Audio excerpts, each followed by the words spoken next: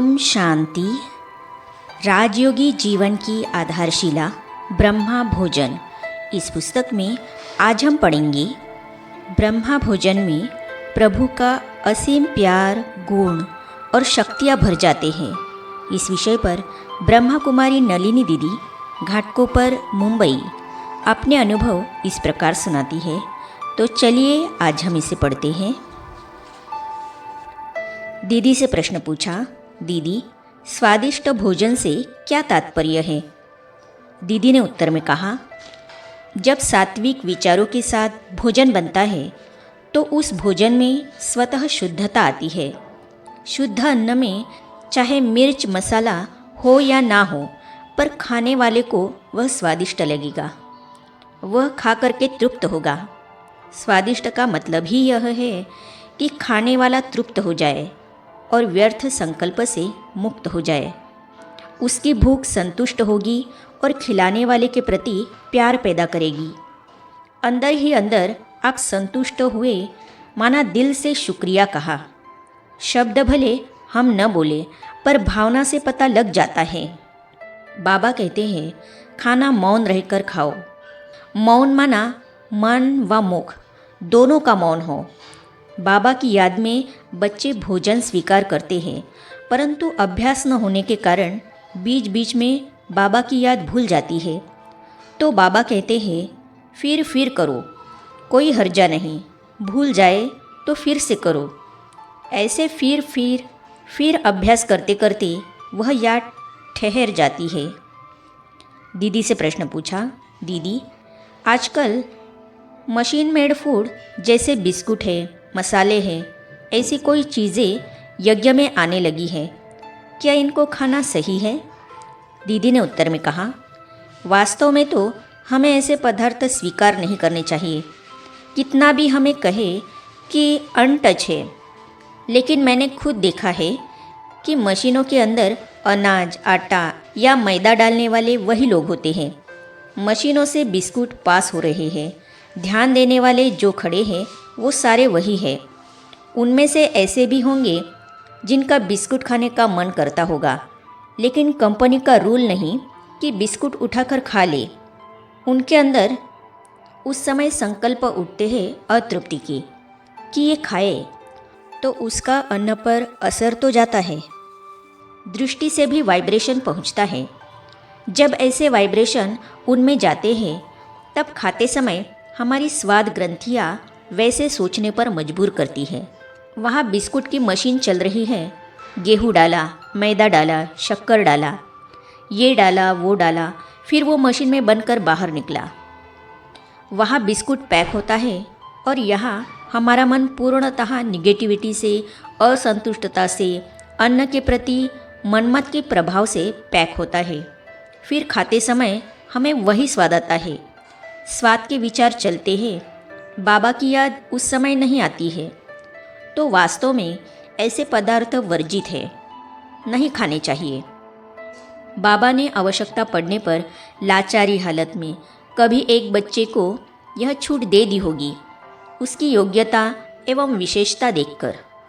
एक को मिली तो कईयों ने उसका लाभ उठाया, संग का रंग लगा।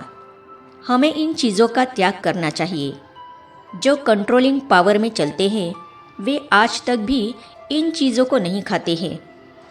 दीदी से प्रश्न पूछा, दीदी मधुबन यज्ञ से बाहर कई बीके भाई टोली बनाते हैं।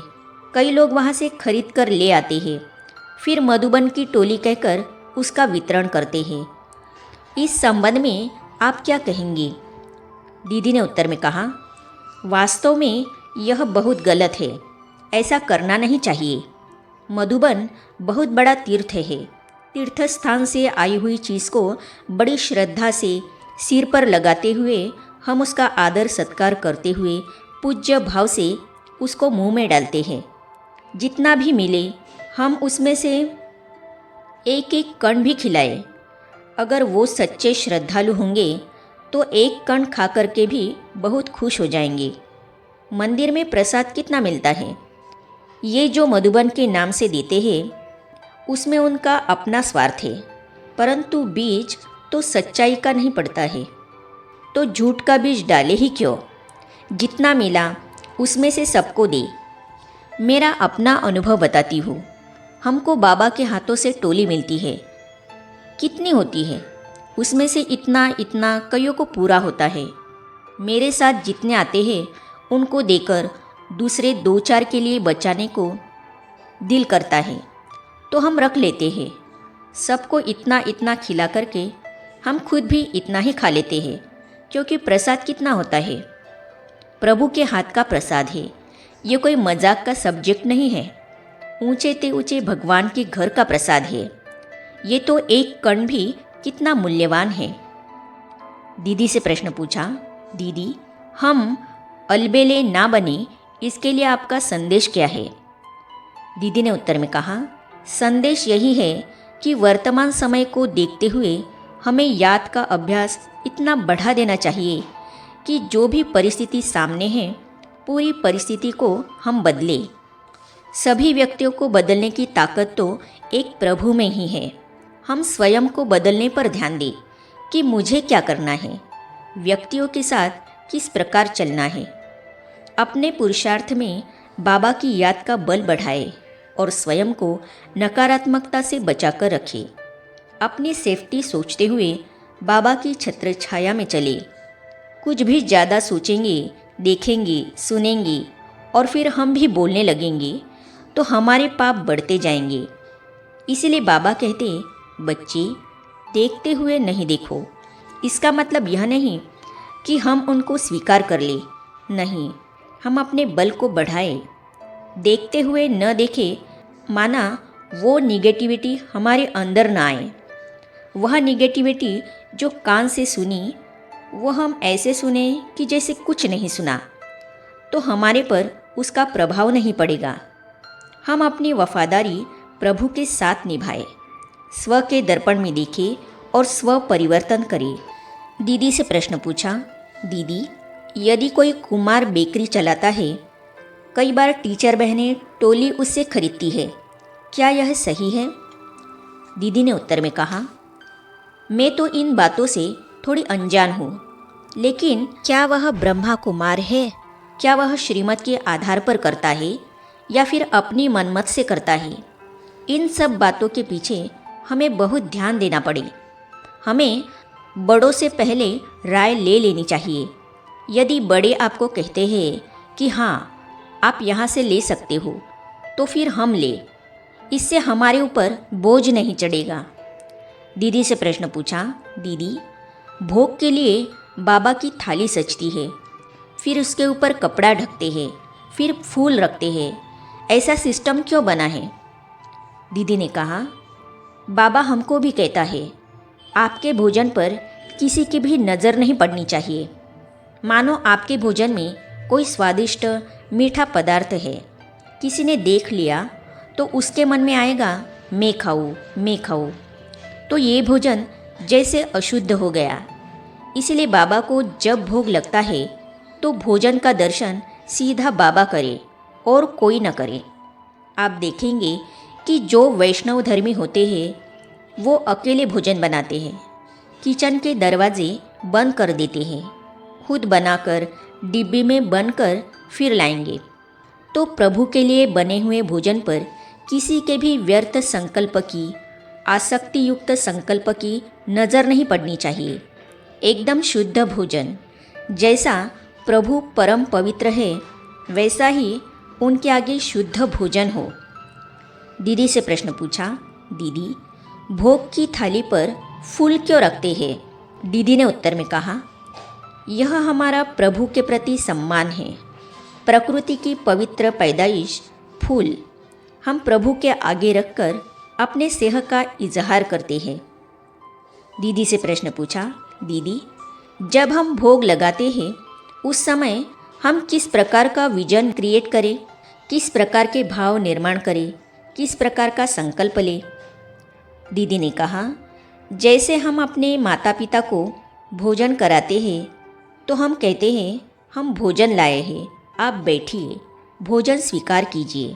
बाबा को खिलाते हुए भी ऐसी ही भावना क्रिएट करिए, जैसे कि बाबा हमारे सामने बैठे हैं और हम बाबा को खिला रहे हैं। इस प्रकार बाबा की याद भी रहेगी, खुशी भी रहेगी। और फिर जैसे बच्चा माता पिता को प्यार से अन्य पदार्थों को भी खाने का आग्रह करता है, हम भी बाबा को ऐसे खिलाएं कि बाबा यह भी खाओ, बाबा यह भी खाओ। यह महत्वपूर्ण है कि खिलाते समय हम बाबा को कितना प्यार दे रहे हैं। दीदी से प्रश्न पूछा, दीदी जब हम बाबा के लिए भोग रखते हैं तो साथ साथ अमृत भी रखते हैं। इसी प्रकार जब हम रोज के भोजन का भोग लगाते हैं तो क्या पानी भी रखना चाहिए? दीदी ने उत्तर में कहा, पानी रखना चाहिए। भोजन की थाली में पानी रखो, तभी भोजन की थाली पूर्ण होगी। जैसे भोजन तृप्त करता है, वैसे जल भी प्यास बुझाता है। तो जल भी तो प्रभु को भोजन के साथ पिलाएंगे ना। प्रभु प्यासा है हमारे प्यार का। जल रखकर हम प्यार का इजहार करते हैं और प्रभु की प्रसन्नता से दुआ अर्थात आशीर्वाद प्राप्त करते हैं। दीदी से प्रश्न पूछा, बाबा को भोग क्यों लगाना चाहिए? भोग पर हाजिर क्यों रहना चाहिए? दीदी ने उत्तर में कहा, बाबा को भोग स्वीकार करा के हम प्रभु के प्रति अपनी कृतज्ञता व्यक्त करते हैं कि जो हमें खिलाता है, पालना करता है, संभालता है, पहले हम उनको भोजन स्वीकार कराएं। जैसे घर में जो हमारे वरिष्ठ होते हैं, पहले हम उनको भोजन खिलाकर फिर खाते हैं। इसी तरह प्रभु को पहले भोजन स्वीकार कराया जाता है। ये भी उनका सम्मान रखना है। दूसरा, बाबा को स्वीकार कराने से, बाबा की दृष्टि पड़ने से उस अन्न में शुद्धता भर जाती है। भोग में हाजिरी देकर हम बाबा को रिस्पेक्ट देते हैं। बाबा को भोग स्वीकार करा के हम भी प्रभु के प्रति अपनी कृतज्ञता व्यक्त करते हैं। आगे हम पढ़ेंगे, ब्रह्मा भोजन बनाते वक्त मन का मौन रखे, वृत्ति एक बाबा में हो। इस विषय पर ब्रह्मा कुमारी गोदावरी दीदी, मुलुंड, मुंबई अपने अनुभव इस प्रकार सुनाती है। तो इन अनुभवों को हम पढ़ेंगे अगली कड़ी में। तो ये जानने और पढ़ने के लिए इस चैनल को सब्सक्राइब करने के साथ ही साइड में जो बेल आइकॉन है उसे भी क्लिक कीजिए, ताकि आने वाली सभी वीडियो और अब तक की सारी वीडियो आप तक पहुंचती रहेगी। ओम शांति।